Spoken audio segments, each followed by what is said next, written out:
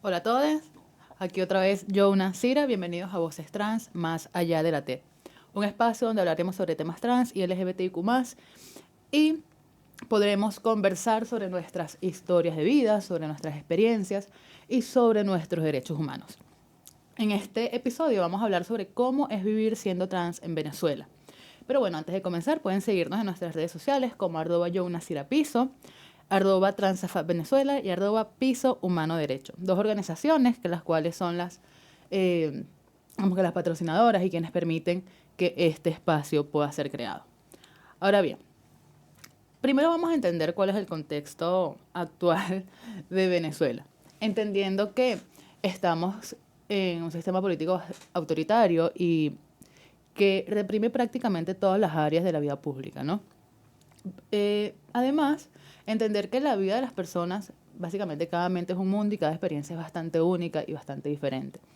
Pero que es posible observar diferentes aspectos colectivos que, bueno, pueden ayudar a acercarnos a dar una visión general sobre el contexto y a dar una visión general sobre cómo puede ser la vida de las personas trans en Venezuela hoy, 2024, ¿no? Entonces, bueno, teniendo en cuenta la visibilización de nuestros derechos humanos en los medios de comunicación, yo lo que hice fue básicamente hacer como una búsqueda rápida en Google y puse Trans Venezuela. Y en este episodio lo que haremos es, digamos que intentar analizar de una forma bastante informal y bastante, digamos que improvisada, porque bueno, fue algo que desde lo personal intenté darle como sentido a todo lo que encontrábamos en internet sobre las vidas trans en Venezuela, pues vamos a intentar retroceder un poco en el tiempo y estudiaremos algunas noticias e informes que se han publicado sobre nuestros contextos sociales, ¿no? Para ver si podemos identificar aspectos que digamos, ok, me identifico con esto yo lo vivo, esto es relevante para mi vida y ha incidido sobre mi existencia y sobre mi estilo de vida, o digamos que, bueno, esto que publicaron es una locura y esto no pasa y simplemente quizás es una fake news, ¿no? Entonces, bueno, lo primero que apareció fue una nota de prensa en diciembre de 2022 que habla sobre justamente el derecho a la identidad trans, no binaria e intersex en Venezuela. Voy a citar lo que dice. Un grupo de personas transgénero, intersexuales y no binarias podrá cambiar su identidad de género en Venezuela. Anunciaron este miércoles activistas del colectivo LGBTIQ+, que celebraron esta conquista alcanzada tras protestar encadenados durante una semana en una plaza de Caracas. Para dar algo de contexto, esto, esto fue publicado por France 24 en el 2022. Pero para dar un poco de contexto, en noviembre de 2022 justamente un grupo de personas LGBTIQ+, y activistas LGBTIQ+, primero eran 3 activistas los que comenzaron esta protesta y luego se les unió una cuarta persona. Ellos se encadenaron frente a la Defensoría del Pueblo en Caracas y exigían diferentes reconocimientos y diferentes derogaciones de legislaciones eh, que violaban derechos humanos de las personas LGBTIQ+. Pero una de estas 3 exigencias era que se lograra en la práctica el cambio del nombre para las personas trans, no binarias e intersexuales. Y justo Paul Martucci, miembro de la organización Trascendiendo Fronteras, y bueno, uno de los activistas que se encadenó era digamos que el representante en trans dentro de esta protesta, explicó a este periódico lo siguiente. Cuando te presentas en una entrevista laboral con tu imagen autopercibida y tu expresión de género, te dicen que no te pueden dar el trabajo porque en tu cédula dice otro nombre, que no coincide con la persona que se está presentando. Ahora bien, yo creo que esto es muy real porque incluso yo me he visto en situaciones de inminente, digamos que de inminente peligro, por lo menos yo lo veo así, con respecto digamos que con respecto a orden, ay, se me fue la palabra. O sea, con respecto a entes públicos, o sea, con representantes de entes públicos y con representantes de seguridad. Por lo menos en mi caso, eh, las situaciones de inminente abuso policial han sido un poco recurrentes. Ya me ha pasado, yo salí del closet justamente en 2021, me ha pasado como 4 o 5 veces en donde tengo que presentar mi cédula. Y si bien yo no estoy en terapia de reemplazo hormonal, hay como una especie de incongruencia, más que todo cuando no hablo, cuando estoy serio o cuando estoy inclusive molesto. O sea, estoy en la calle ando molesto y es como, tengo como este tipo de interacciones bastante extrañas. Por lo menos en este caso del abuso policial, a ver, no fue abuso policial, fue que estuve como, me sentí en peligro por un posible abuso policial, ya que había como una especie de procedimiento normal en los terminales y demás, y bueno, tenía un aspecto en ese momento bastante masculino, me mandaron a bajar a todos los hombres, y bueno, yo no bajé porque, bueno, legalmente no tengo por qué, realmente nadie tiene por qué acceder a este tipo de requisas sin ningún tipo de motivo, digamos que identificable, ¿no? Entonces, bueno, me bajan y me piden la cédula. Y bueno, había una incongruencia obviamente entre mi identidad, o sea, en cómo me veían, cómo me veo, con respecto a la foto y al nombre que sale en la cédula. Entonces, ¿qué pasa? Que primero yo me niego a bajarme porque, bueno, no tiene ningún tipo de, digamos que, de razón para obligarme a bajar. Entonces me niego, pero no digo quién soy, o sea, no digo si soy mujer, si soy hombre, o sea, no digo nada. Y me bajan a gritos, me bajan, inclusive me llegaron a... No hubo un forcejeo fuerte, pero sí, ya cuando yo vi que me iba a tocar, yo dije, ok, bajo. Bueno, entregó la cédula y sale el nombre, o sea, el chamo no entendía que yo fuese mujer, ¿no? Entonces me retuvieron, me interrogaron, me insultaron y prácticamente me trataron como un delincuente, porque el tipo prácticamente insinuó que yo estaba usurpando una identidad. Inclusive tuvieron que buscar mi, no sé, salió yo lo que sé es que se llevaron mi cédula y como que tuvieron que buscarme en un sistema y cuando se dieron cuenta que realmente era yo, pues bueno, eh, me la regresaron. E inclusive le pasó a un amigo que es de, pero no recuerdo de qué estado es que vive, pero bueno, le pasó también algo parecido en el terminal, tampoco le creían que fuese mujer, bueno, no le creían que fuese... sí, o sea, a ver, es algo extraño porque reconocen tu identidad, o sea, te ven y saben que eres un tipo, o sea, te ven y saben que eres un hombre, pero cuando ven la cédula, ven esta incongruencia y no saben a quién creerle, a ti o a lo que dice el papel, o sea, lo que dices tú como persona, como individuo, como sujeto de derecho, o lo que dice el Estado a través de su cédula, o sea, cuál es digamos que, la identidad de género que se te reconoce, ¿no? Entonces, bueno, a mí me llegaron a bajar a un autobús a punta de gritos, solo porque yo parecía un tipo. Y también le pasó a un amigo justamente el año pasado, a mí me pasó este año. Y pues bueno, el policía no podía creer eso, pero a muchas personas o sea, nos llegan a agredir no solo desde lo físico, o no solo desde entes policiales, sino desde cualquier tipo de recinto. O sea, así como mi historia, hay muchísimas. Y pues bueno, en mi caso fue por tener un aspecto varonil y llamarme María del Carmen en la cédula, pero en realidad yo soy yo una Cira. Pero en otros casos somos agredidos o desplazados de diversos espacios por querer ser llamados por nuestros nombres, por querer vestir de una forma que no va con respecto a la norma, por, digamos que, hasta por la forma de caminar, ¿sabes? O sea, por los ademanes que tú tienes. Que tú seas un niño o que tú seas un adolescente que digamos que es más masculino de lo que debería ser, o que es más amanerada de lo que deberían ser, ¿no? Pues esto provoca en otras personas incomodidad, rechazo, e inclusive pueden llegar a actuar de forma violenta simplemente por ser quienes somos, ¿no? Entonces, justamente el no reconocimiento de nuestra identidad es algo que trasciende no solo en la vida pública de nosotros, sino en nuestra vida privada también, porque inclusive se nos puede llegar a, nos pueden llegar a negar el alquiler en espacio, nos pueden llegar a negar el acceso al trabajo, como lo explicaba Paul, simplemente por no tener una expresión de género y por no tener una identidad que concuerde con lo que la norma te está exigiendo, ¿no? Con lo que la sociedad acepta.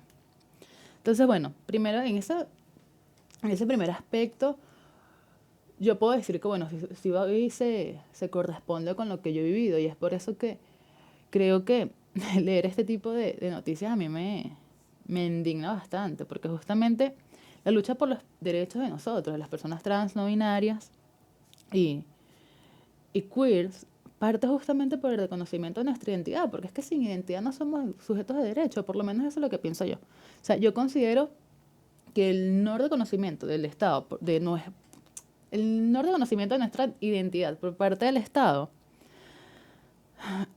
lo que hace es que aumenta la brecha que ya socialmente sufrimos, ¿no? Porque no es normal que alguien deba sufrir golpizas, maltratos, exclusiones y que prácticamente esté destinado a vivir en la pobreza, en la mentira y en el silencio, simplemente porque a un Estado no le da la gana de reconocer tus derechos humanos, o porque simplemente te ve como un ser de, de baja categoría, o un ser que básicamente no es una persona, ¿no? Entonces, acercarnos justamente a este principio, digamos que a esta garantía de que todos nacemos libres e iguales, pero no reconoces la identidad de las personas trans, no binarias, intersex. Eso no nos hace, eso no nos mete en una cárcel. O sea, una cárcel que es nuestro propio cuerpo, porque no podemos expresar y no podemos vivir públicamente por cómo somos, simplemente porque lo que dice un bendito papel no concuerda con lo que tú realmente eres. Y va más allá de cualquier creencia religiosa, política, de cualquier posición ideológica que uno pueda tener.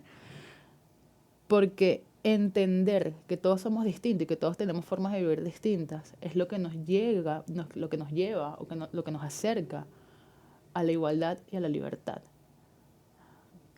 Porque creo que también un tema bastante interesante de entender y que te empodera bastante, que por lo menos a mí me empoderó, fue entender que Venezuela, en teoría, porque bueno, el gobierno venezolano está siendo investigado, bueno, ya todos lo sabemos, ¿no? Está siendo investigado a nivel internacional por crímenes de lesa humanidad, que también hay personas LGBTI dentro de las víctimas, ¿no? O sea, también formamos parte, digamos que de todo ese proceso, ¿no?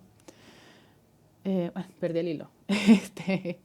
Bueno, entender que el Estado tiene que reconocernos porque eso nos acerca, o sea, entender que todos somos distintos y reconocer nuestros derechos, entendiendo que el Estado es un Estado laico, el Estado venezolano es un Estado laico, no tiene que entrometerse, no tiene que basar sus políticas, ni sus legislaciones, ni absolutamente nada con respecto a ideologías personales, ni partidistas, ni religiosas de un solo grupo de personas, sino que debe reconocer los derechos de todos. Pero si tú no estás reconociendo el derecho a la identidad de una minoría que está comprobado que ha sido marginalizada, que es estigmatizada, que es excluida y que es violentada sistemáticamente, es decir, que estructuralmente hay un sistema que le está violentando y que no les está permitiendo acceder a sus derechos básicos y elementales, como es la identidad, como es el derecho a la vida, como es el derecho al libre desenvolvimiento de la personalidad, como es el derecho al libre desplazamiento por el territorio nacional, los derechos políticos y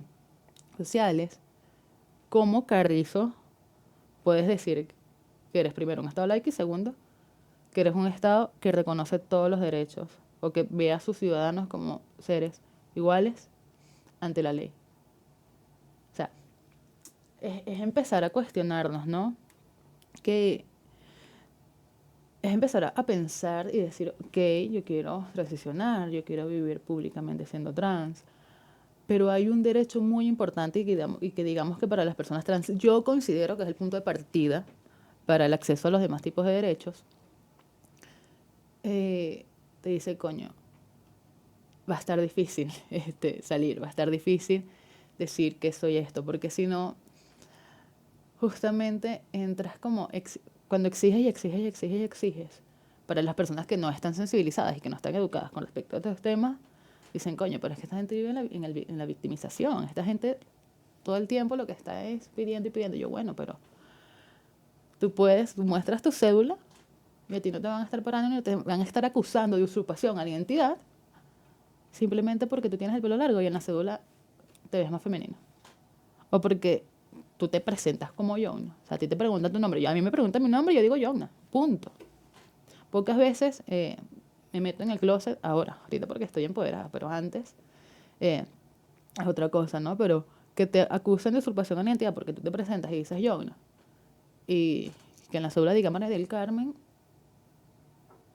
es bastante arrecho porque es como decir, ok, yo puedo vivir en mi casa mi identidad, yo puedo vivir en mi intimidad mi identidad, pero salgo a la calle, como no soy reconocido legalmente, por un simple papel, ponen en duda mi existencia. O sea, por un papel, tú crees que yo estoy loco, que, que yo justamente estoy como invadiendo la identidad de otra persona, que yo soy un delincuente simplemente porque me cambié el nombre. Y es como que, si a mí no me gusta mi nombre, yo me lo puedo cambiar, yo tengo ese derecho, e inclusive estar reconocido ante la ley. El problema en Venezuela es justamente lo que hablaba este artículo, que en la práctica no está. O sea, en la práctica esto no existe.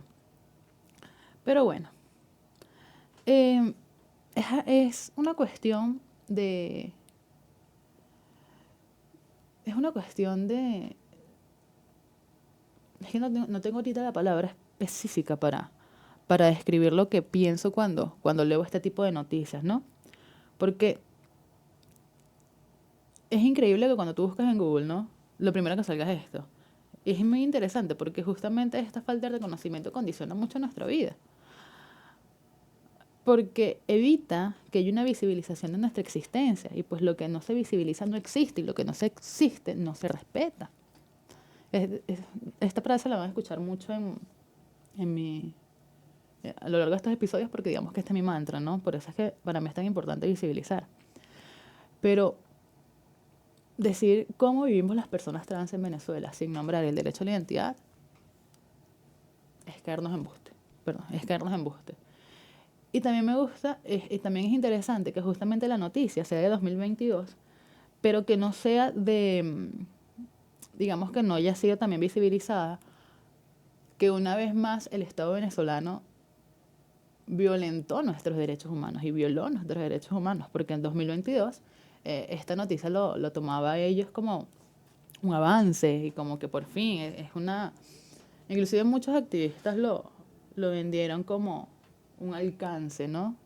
Pero al final fueron promesas vacías. Al final se dieron otro tipo de protestas, otro tipo de manifestaciones, otro tipo de exigencias, donde un año después, en noviembre de 2023,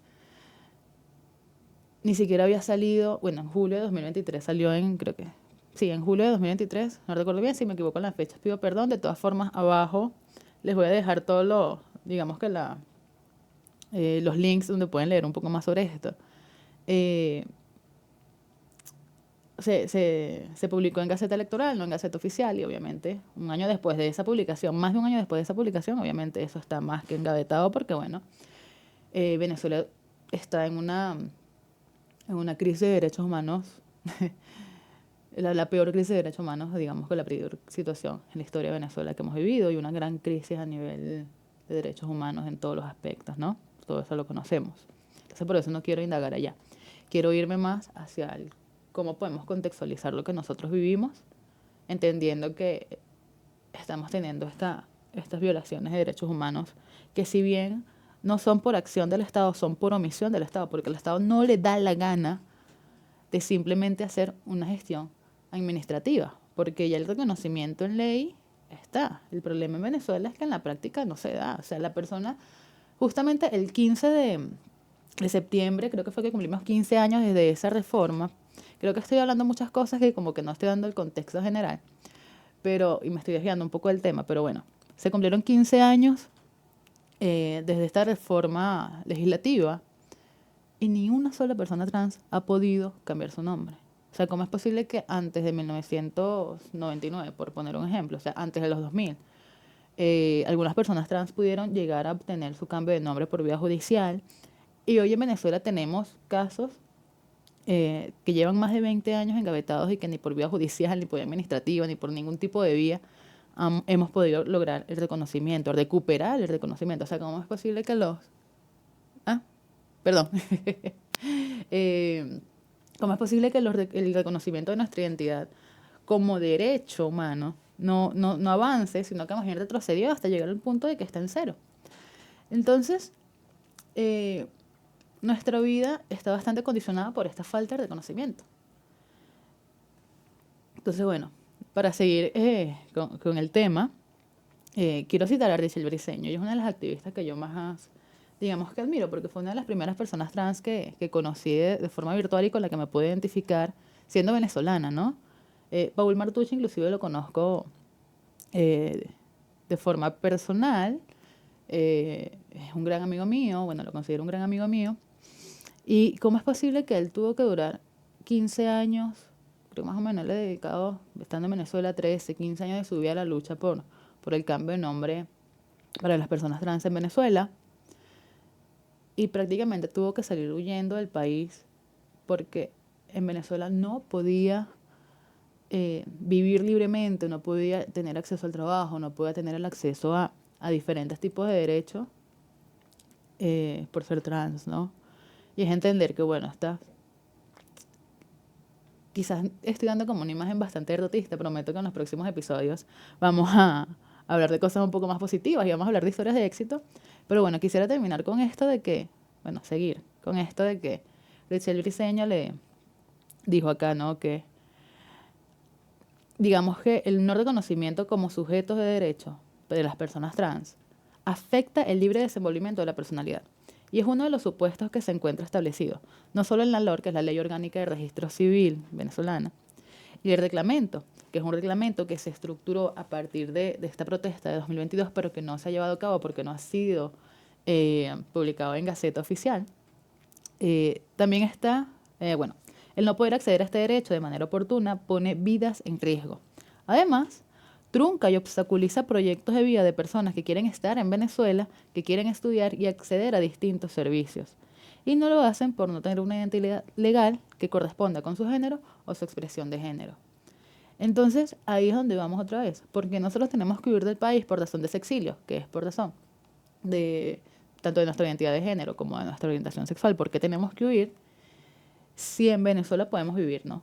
O sea, porque nosotros queremos quedarnos en Venezuela, nosotros queremos seguir trabajando en Venezuela, nosotros queremos seguir formando país en Venezuela.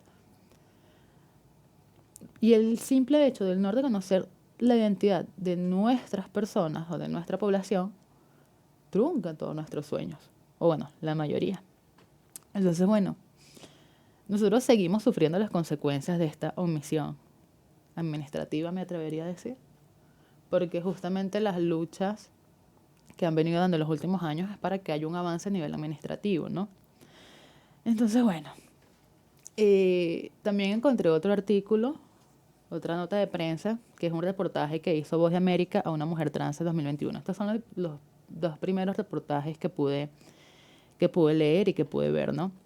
A lo largo de los episodios vamos a hablar un poco más y vamos a hablar también los temas positivos. Yo sé que estoy tocando un tema que es bastante como desalentador si tú eres una persona trans que me está escuchando y que puede llegar a ser bastante complicado como decir, coño, o sea, vivir en Venezuela. Se puede vivir en Venezuela y se puede ser feliz en Venezuela. El tema es cuando pasamos de derechos humanos a privilegios. Entonces, esos son el tipo de cosas que vamos a ir discutiendo a lo largo de esta temporada. Y que no necesariamente lo voy a decir yo, sino que lo vamos a hablar con diferentes invitados. Pero bueno, un reportaje que dijo Voz América dice, también toca el tema del reconocimiento de la identidad, que es un tema bastante recurrente, que por eso nada más tomé estas dos ruedas de prensa, pero ruedas de prensa no, sino notas de prensa, porque justamente cuando empiezas a leer es como que básicamente es lo mismo y todo se centra en el derecho a la identidad, porque es que como vuelvo y repito, es un punto de partida para todo. Pero bueno, esta entrevista se le hicieron a una chama que se llama Daniel, también les dejo el link abajo para que puedan verla y puedan leer la nota, la entrevista. Bueno, ella dice, entregar tu identificación en cualquier lugar es una humillación, porque cuando ya tienes ciertos cambios por la terapia de reemplazo hormonal, no hay coherencia, o sea, no hay coherencia entre lo que tú te muestras y lo que está en la cédula, ¿no? Y añade, en un CDI, que es un Centro de Desarrollo Integral, una red ambulatoria de salud del gobierno, pues no le quisieron inyectar las hormonas, ¿no? Que esa es otra situación. Digamos que el acompañamiento en materia de salud, específicamente para los requerimientos que tenemos las personas trans en materia de reemplazo hormonal, es nulo. Y muchas veces acceder de forma privada, obviamente no podemos por todas estas desigualdades estructurales que podemos vivir, ¿no? Y es como que, o sea, me hace preguntar realmente, ¿las personas trans tenemos derecho a la salud en Venezuela? Para mí la respuesta es no, porque tienes que meterte en el closet para poder acceder muchas veces a la salud. O sea, para acceder a una atención, tienes que meterte en el closet, ya sea que vayas al ginecólogo, ya sea que vayas inclusive a una a, a una, digamos que a una consulta general, porque tienes que dar tu nombre legal, o sea, tienes que dar el nombre que el Estado te reconoce. ¿Por qué? Porque las personas le creen más, o sea, obviamente le creen al Estado y no te creen a ti, desde lo individual, no desde lo personal, lo veo así. Entonces, de verdad, es difícil no caer en victimismo, lo vuelvo a repetir, cuando vemos un panorama tan terrorista para mí, o sea, tan complicado y que vemos una limitación que va desde lo micro hasta o sea, abarca desde nuestra privacidad hasta el cómo nos vemos en la vida pública. Y yo no estoy hablando ni siquiera de las brechas geográficas, de las brechas educativas y de las brechas económicas que implica ya ser un venezolano, sino que se le añade la situación de que, bueno, la situación ya está difícil, ¿no? A nivel general en materia de derechos humanos, como para añadirle el tema de que eres una disidencia o que perteneces a un grupo poblacional disidente de las normas, ¿no?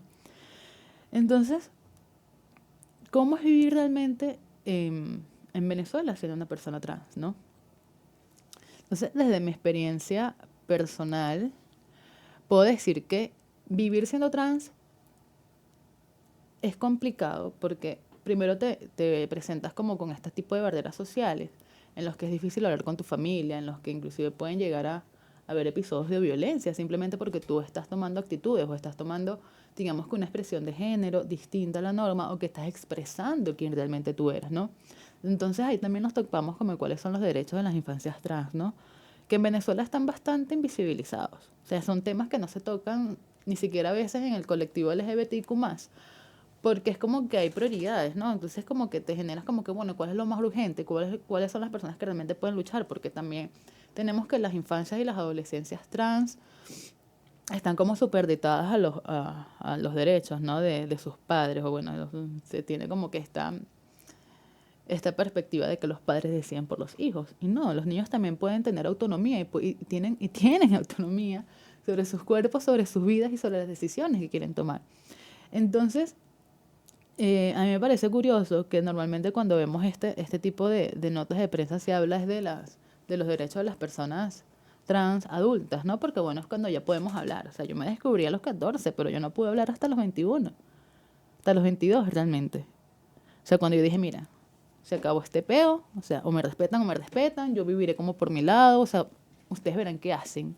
Pero yo no voy a dejar de existir porque a ustedes no les dé la gana de conocerme. O sea, porque a ustedes no les dé la gana de hablar del tema. Y cuando hablo de ustedes en general, es en la sociedad, de la familia, de los amigos, del entorno, de todo. O sea, ya cuando tú empoderas, y claro, porque yo tengo el privilegio de que estoy como en digamos que no tuve que salir de mi casa a nivel familiar. O sea, porque hay muchas personas que nos cortan. Entonces cuando tú ves todo esto y dices, coño, ¿cómo yo hablo esto? Es complicado. Y yo siento que si hubiese un reconocimiento por parte del Estado fuese mucho más fácil, ¿no? Porque también tienes como esta seguridad de decir, coño, mis papás legalmente están obligados a respetarme. O sea, la sociedad está obligada legalmente a respetar mi identidad y a reconocer mi identidad. Sí, porque legalmente puedo cambiar mi nombre, porque legalmente tengo un reconocimiento por parte del Estado. Entonces, este tipo de narrativas que te quieren vender, de que antes de que haya un reconocimiento de nuestra identidad, tiene que haber una aceptación social, es mentira. Primero tiene que haber un reconocimiento de Estado que lo vuelva ley, que haya medidas regulatorias y políticas públicas que protejan nuestros derechos humanos y luego es que la sociedad lo va a aceptar. O sea, y luego es que la sociedad se va a ver obligada a tomar acciones sociales para reconocer a las personas trans en lo cotidiano. Entonces, eso también a mí me permitió como empoderarme. Es decir, ok,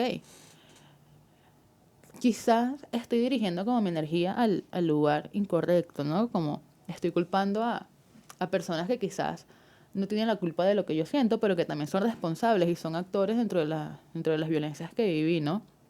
Y dentro de las violencias que vivimos, porque quizás el límite principal, digamos, el límite más cercano que nosotros podemos tener es la parte familiar. Pero lo que realmente, o por lo menos desde mi perspectiva, lo que realmente está estructuralmente o digamos sistemáticamente violentando mis derechos humanos es el tema de que no estoy siendo reconocida por el Estado, porque si yo fuese reconocida por el Estado desde que soy niño, tuviese la libertad de decir, mira, mamá, papá, tengo dudas, hablemos del tema, porque esa es otra. Como no hay una visibilización y como lo que no se visibiliza no existe, mi identidad no existe, y por tanto, en lo privado tampoco se habla, o sea, en la familia tampoco se habla del tema. Pero en cambio, si el Estado diera el paso a reconocer nuestra identidad y nos pusiera como que en la palestra pública y habláramos del tema, no solo en medios, digamos que no convencionales dentro de la sociedad, pues diríamos, coño, tenemos un chance más de vivir más tranquilos, ¿no? Y de poder exigir nuestros derechos desde que somos niños. Pero claro, o sea, yo lo estoy hablando desde un punto de vista bastante parcializado, porque yo no soy experta en ninguno de estos temas, yo simplemente soy una persona trans que, bueno, tiene la oportunidad de hablar, ¿no? Pero entender que no es nuestra culpa, o sea, que no tenemos que sentirnos culpables por no lograr lo que queremos, que no tenemos que sentirnos culpables por no conseguir trabajo, porque nuestra familia no me acepta, entender que hay cosas que no están en nuestro poder, pero ya en los próximos episodios sí quiero abordar como que, bueno, no está en nuestro poder, pero ¿cuáles son las cosas que podemos hacer para empoderarnos? ¿Cuáles son las cosas que podemos hacer para tomar las riendas de nuestra vida? ¿Cuáles son las cosas que podemos hacer para crear nuestros propios trabajos y nuestros propios espacios? Porque hay algo muy importante dentro de la comunidad trans y creo que también es algo como bastante, bastante generalizado, ¿no? Es que nosotros, ya por lo menos mi generación, poco está dispuesta a estar en espacios que no sean inclusivos. Entonces ahí es donde vemos que nosotros mismos nos excluimos, quizás, o tomamos decisiones de autocuidado. Entonces son debates que tenemos que ir pensando y son cosas que tenemos que irnos cuestionando, porque hasta qué punto aislarme de la sociedad hasta no salir de nuestra casa es autocuidado o es exclusión social. El no poder hablar en nuestros entornos. ¿Es autocuidado o es exclusión social? Porque una cosa es evitar en cierto momento o por periodos de tiempo eh, evitar expresarnos porque sabemos que podemos estar en una situación de violencia. Y otra cuestión muy distinta es no hablar porque sabemos que siempre no vamos a recibir el apoyo que sabemos que necesitamos. Porque a veces, muchas veces es justamente el tema de afirmar lo que somos, ¿no? Que te diga alguien que te diga, mira, yo también me siento así. O está bien lo que sientes, o que te afirme lo que ya tú sabes, ¿no? Sobre ti mismo. Entonces, por lo menos a mí me alegra mucho que con todo esto de la virtualidad hay muchas personas jóvenes, más jóvenes que yo. O sea, yo he conocido chamas trans, que 13, 12 años. Y digo, coño, tú tienes la valentía y la seguridad de decir eso está, ¿no? Pero porque tienen justamente esta seguridad de que sus padres los van a apoyar y demás. Y muchos niños, por lo menos que he tenido la oportunidad de conocer sobre sus historias de vida, eh, que tienen como esta connotación del mundo ya bastante, digamos que nacieron con redes sociales y demás, y pueden conocer y tienen esta libertad de conocer a personas en la virtualidad, ¿entiendes? O sea, pueden justamente descubrirse como a muy temprana edad. Hay quienes no tuvimos como esa suerte y a pesar de todo, yo siento que tuve esa suerte porque, bueno, pude salir del closet a los 22. He conocido personas que tienen que salir del closet a los 60. Porque justamente, o sea, una persona que nace en 1950, 1960, ¿qué tenían a la mano? Entonces, justamente, contextualizar el cómo es vivir siendo trans en Venezuela, siento que lo principal es entenderlo desde los derechos humanos. Y segundo, entender que hay diferentes brechas como la edad, como la parte socioeconómica, como la brecha geográfica, que también condiciona mucho el cómo es vivir siendo trans. En mi caso, ha sido difícil, sí, pero al mismo tiempo he tenido la suerte de estar en entornos como estos que te dan como la oportunidad de alzar tu voz, ¿no? Y de tener una voz frente a algo, porque por lo menos en mi casa, en mi familia, eh, ya cuando salí del closet fue como que, bueno, ya, haz lo que te dé la gana, porque claro, salir siendo adulto, ¿no? Es como que, mira, o sea, ya no tienes el poder sobre mi existir y sobre mi pensar y sobre mi existencia. Entonces, bueno, no les quedó de otra como de hacerse a un lado Y pues bueno, no me molestan. Ya no está como esa situación de que no, lo que estás haciendo está mal, no puedes hacer esto, no puedes vivir tu vida como realmente lo deseas, porque claro, porque no lo entienden. Y también entender que que tu familia nació como que en un contexto, digamos que se desenvuelve en un contexto bastante concreto y que hay dinámicas familiares que también son, digamos que también están condicionadas por todo este tema de que, bueno, socialmente no es aceptado y que tus papás quizás nacieron justamente con estas mismas preconcepciones y empezar a aprender cómo a perdonar, ¿no? Pero mientras perdono, ¿cómo hago? Mientras perdono, ¿cómo vivo? Mientras perdono, ¿cómo existo? Y ahí es donde nacen estos puntos de encuentro, ¿no? Que para hacer un conciso y aprovechar, pueden unirse a los grupos de apoyo de Transafaz Venezuela. Son totalmente virtuales y gratuitos y todas nuestras actividades son gratuitas. La mayoría son bastante gratuitas y en caso de, inclusive brindamos apoyos directos, ¿no? Entonces puedes seguirnos como @Transafaz Venezuela y por allí puedes encontrar un espacio donde tú digas, cónchale, tenemos un grupo de, creo que son más de 60 hombres trans. No recuerdo ahorita los números, pero es entender esto que decir que, bueno, mientras perdono a mi familia, mientras entiendo que está en un contexto, mientras me aceptan, o mientras cumplo la mayoría de edad, o mientras eh, hago que mis hijos entiendan que, bueno, que tuvieron un papá, pero resulta que, bueno, no me identifico como tal y ya con 50, con 45 años tengo la necesidad de salir del closet. Mientras pasa eso, podemos tener, digamos que nuestros grupos de encuentro y podemos tener espacios en donde podemos apoyarnos mutuamente. Entonces yo creo que esa es la principal reflexión que podría llegar con todo esto, ¿no? Vivir siendo trans en Venezuela es bastante difícil, es bastante complicado, pero podemos crear espacios nosotros mismos para cuidarnos. Podemos crear espacios para que, bueno, quizás no puedo hablar con mi familia sobre estos temas, pero bueno, puedo hablarlo a través de Telegram, a través de Signal, puedo hablarlo como en aplicaciones como un poco más seguras y ni siquiera y incentivar, digamos que mi propia interacción social con otras personas trans. Porque por lo menos en mi caso también me pasó mucho que conocí gente de otros países, LGBTIQ+, pero llega un punto en el que no te identificas del todo. Es como que, bueno, tengo un amigo en Chile, tengo un amigo en Chile que es trans y tal, y es muy chévere porque ya tienen como acceso a derechos, o amigos argentinos que tienen acceso a derechos, y yo como venezolano digo, coño, en lo personal me identifico, pero quizás en lo social no, en el acceso a cosas que puedo tener, porque bueno, ya puedes como pensar más en, a ver, no sé cómo explicarlo, o sea, el poder interactuar con personas trans venezolanas te da la oportunidad de tener espacios seguros para tu desenvolvimiento.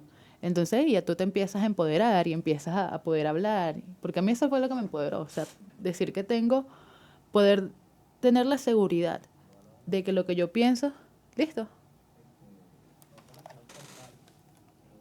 me estoy alargando. Ok, dame. ¿Será que lo alargo hasta la hora? O no sé, tú me dices. Para que no lo. Déjame terminar de alargarlo hasta la hora y ya. Dale, pues. Ok. Bueno. eh, entender que estos espacios son un lugares de poder decir, ok, quizás para mi familia o para la sociedad, eh, puedo, puedo no estar seguro, no puedo estar todo el tiempo en silencio, pero en estos espacios puedo hablar. Y además, estos espacios nos permiten crear también una cultura de denuncia, porque tenemos que entender que o sea, las violaciones de derechos humanos que nosotros sufrimos, tenemos que denunciarlos y tenemos que hablarlo y tenemos que empoderarnos y decir, así sea, sé que el sistema judicial en Venezuela no sirve para nada, pero por lo menos hay organizaciones y hay instituciones no gubernamentales que nos permiten o nos dan una ventana para visibilizar nuestras situaciones. Inclusive estos espacios son muy importantes para eso. Entonces, bueno, ya para finalizar, ya podemos concluir que vivir siendo trans en Venezuela es posible y que, bueno, estos espacios nos permiten como tener eh, pequeños aires de luz y pequeños suspiros de esperanza con respecto a todas las desigualdades y a las violencias que podemos vivir, a las que podemos estar expuestos. Ya con el pasar de los episodios vamos a ver un poquito cosas más positivas, más esperanzadoras, Pero bueno, nada, síganos como @YoNaciraPiso, @TransAFAP Venezuela y sigan a @Piso Humano Derecho. Pues nada, nos vemos en un próximo episodio.